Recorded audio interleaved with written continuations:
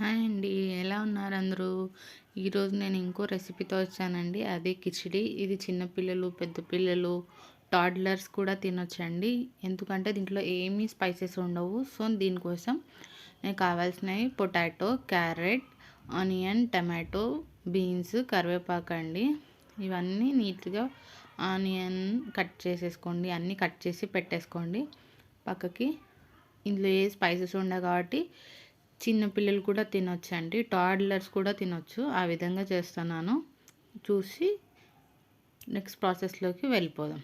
First oil పెట్టేసుకుందామండి హీట్గా. Oil heat అయిన తర్వాత జీలకర్ర, ఆవాలు అండ్ శనగపప్పు వేసానండి.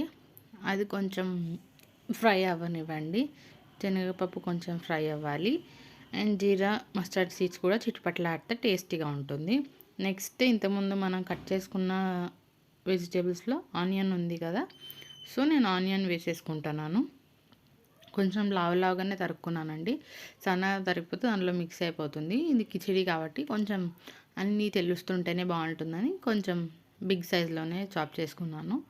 ఆనియన్స్ వేసేసుకోండి. ఆనియన్స్ వేసేసుకొని ఇట్లా మంచిగా సాటే చేసుకోండి. నెక్స్ట్ కర్రీ లీవ్స్ వేస్తున్నాను.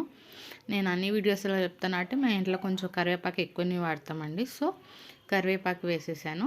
కరివేపాకు వేసుకొని కొంచెం బాగా కలిపేసుకోండి. నెక్స్ట్ మనం కట్ చేసుకున్న వెజిటేబుల్స్ ఉన్నాయి కదా, one after the other add చేసుకుంటూ ఉండండి. ఫస్ట్ పొటాటో వేసుకుంటున్నాను. నెక్స్ట్ బాగా నీట్గా పీల్ చేసుకొని వేసుకోండి. చిన్నపిల్లలు అందరు తినేది కదా, నీట్గా పెట్టుకుంటే బాగుంటుంది. పొటాటో తర్వాత క్యారెట్ వేస్తున్నాను. క్యారెట్ తర్వాత నెక్స్ట్ నేను చాప్ చేసుకున్న బీన్స్ యాడ్ చేస్తున్నాను. బీన్స్ కూడా యాడ్ చేసిన తర్వాత కొంచెం అండి, కారం పూర్తి ఎక్కువ ఉండదు, కొంచెం కోసం నేను ఒక చిల్లీ కట్ చేసుకున్నాను, అది వేసేసుకున్నాను. చిల్లీ వేసుకున్న తర్వాత టమాటో అండి, 1 టమాటో 2 టమాటాస్, అది మీ తినేదాన్ని బట్టి అండి, మీ ఇష్టం. సో యాడ్ చేసుకొని అన్నీ బాగా మిక్స్ చేసుకోండి. అంది ఎంత బాగా ఇప్పుడు ఫస్ట్ వాటర్ వేసి వాటిని కుక్ చేయనండి, ఎందుకంటే రైస్లో కుక్ అవుతుంది కాబట్టి నో ప్రాబ్లం. జస్ట్ పచ్చివాసన పోయే వరకు నేను అట్లా ఫ్రై చేస్తాను. ఆ ఫ్రై దాంట్లోకే నేను కొంచెం పసుపు యాడ్ చేసుకుంటున్నాను. అంతా లో ఫ్లేమ్ మీదండి, ఏది హై ఫ్లేమ్ మీద కాదు. సో లో ఫ్లేమ్ మీదనే చేసుకోండి, మాడిపోకుండా ఉంటాయి. అంతా మిక్స్ చేసుకున్న తర్వాత పసుపు అంతా మిక్స్ చేసి నెక్స్ట్ 1 స్పూన్ సాల్ట్ వేసుకుంటానండి. నేను ఇది మొత్తం రైస్ అంతా సరిపడేంత సాల్ట్ ఒకటేసారి వేసుకుంటాను. సో అంత వెజిటేబుల్స్కి, రైస్కి అంతా బాగా పడుతుందని సో సాల్ట్ యాడ్ చేసుకొని బాగా మిక్స్ చేసుకోండి.